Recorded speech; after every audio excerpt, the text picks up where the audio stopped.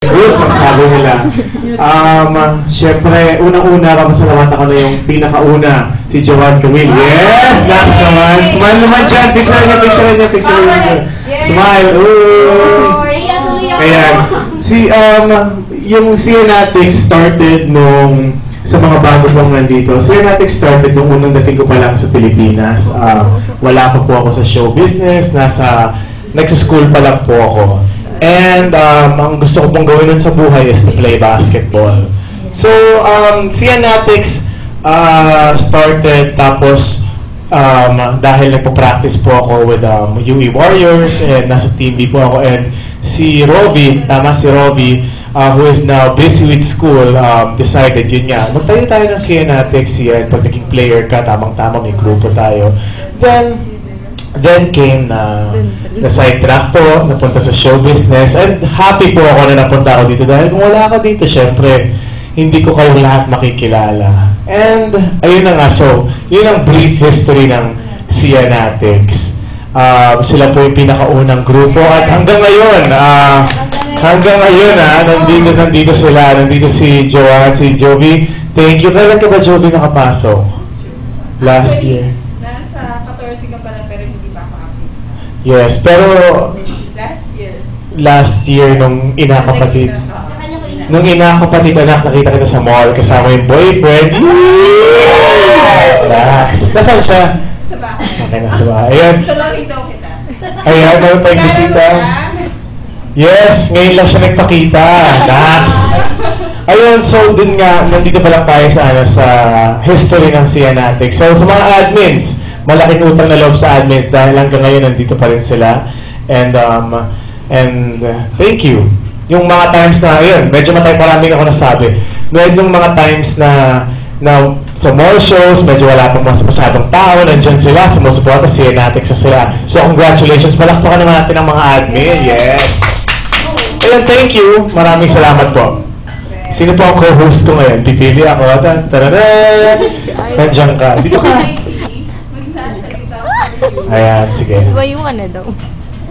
Si Heidi po, schoolmate ni Cian. Yes, sa UE. Kasama si Robbie. Magpakilala ka kay Cian. Hello guys.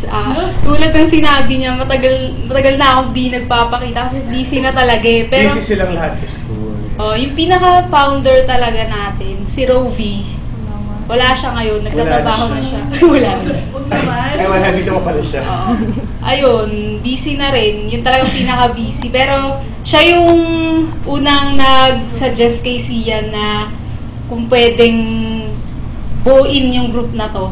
So, okay naman siya. So, si Rovi na yung naging pinaka-founder. Tapos, ang tumulong naman sa kanya is si Joanne. Yun. Joanne from Davao po siya. From Davao. Tapos yun. Doon. Tapos, may kwento kayo sa Twitter naman ni Cian. Merong time na nag-uusap-usap sa Facebook. Ano ba yung Twitter name na pwede? Di nag-suggest, Cian Official. Tapos yun, siya na rin nag-isip, Cian Lim na lang daw. Limm. Yun na lang daw. Tapos, ikaw na lang ganun. Tapos, ano ba? Ayun, since busy na kami lahat, hulog ng langit si Ate Jovi. Siya na yung parang tumulong natin kay Johan. Since dito na siya sa Manila, so siya yung nag-guide dito sa mga Cianatics. Tapos, pero nandiyan pa rin si Joanne. And ako, pinaka-boss ko si Cian. Wala naman. Actually, time lang ako sa boss. Nakakatuwa. Kinilig naman tayo. Nakakatuwa kasi maski sa abroad, kilala ang Cianatics. Nakakatuwa sila. London. And you guys don't have to claim maski naman ako si ganito. Hindi naman po kailangan yun. Sa abroad po, lagi silang sinasabi, Cianatics ako si ganyan. Kaya sabi ko naman maraming salamat kasi yun.